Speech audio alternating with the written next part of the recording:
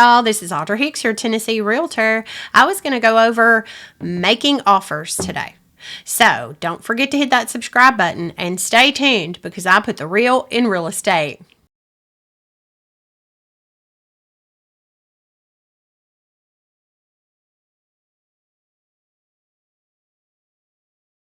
Okay, so I wanted to talk to y'all a little bit about making an offer on a home and either having the seller pay closing, or are you wanting to offer less for the home if the home is not something that has been updated, things like that, or whatever it may be. Whatever reason it is that you want to offer less on a home.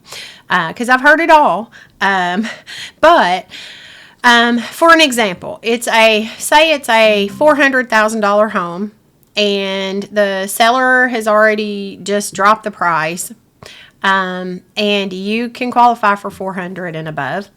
Then instead of trying to insult the seller and go down on the price again, why don't you give full price and ask for closing costs to be paid? It'll come across a little bit better in the offer, because if you were to say need $10,000 in closing cost and you need to ask the seller to pay that, they're probably not going to take less for their house and pay closing costs. So your best bet would be to give them the offer of full price offer and ask for $10,000 in buyer's closing cost and prepaids. So do that. It will come across a little bit better because essentially, if it appraises for 400 or more, that seller is going to be giving you $10,000 in closing cost. They are getting less for their home. So if it's a $400,000 home and it appraised for that or more, and you have that contingency in there on the appraisal, and that seller gives you $10,000, it's like they've handed you $10,000. Their home is worth the $400 that you are buying it for, and they didn't get $400,000 for their home. They got $390 in the end by the time you do the credits and debits and stuff. So they are really getting $10,000 less for their home. But in the grand scheme of it, you are having to bring $10,000 less to buy the home up front, cash that you may or may not have. Some buyers already have the cash, but they want to keep it in their pocket. And if the seller can pay it and does agree to pay it, then, that buyer did not have to bring that $10,000 to closing. They saved $10,000 on that. Now, yes, it may cost you a little bit on your mortgage every month for a $400,000 versus $390. But it's very nominal on what that would be. Now, you'll ask your lender that. Could be 30, 40 or so dollars or whatever it may be. Depends on the interest rate and stuff too. But pay a little bit as you go versus a lot up front. Keep your cash in your pocket because there may be things that you need when you move in the home. You might want to buy something new for the home after you close, not before. Remember that. You don't want to do that before.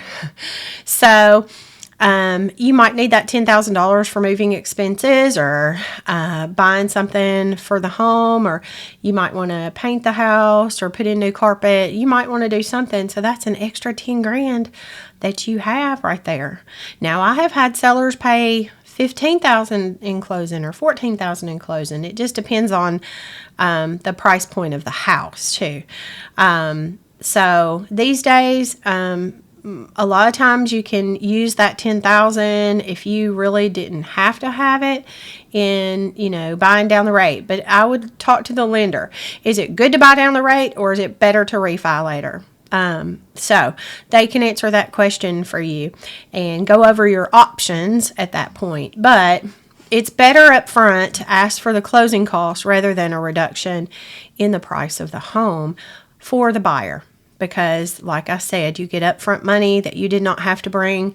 The seller essentially does take less for their home anyway. So it's a win-win situation for you.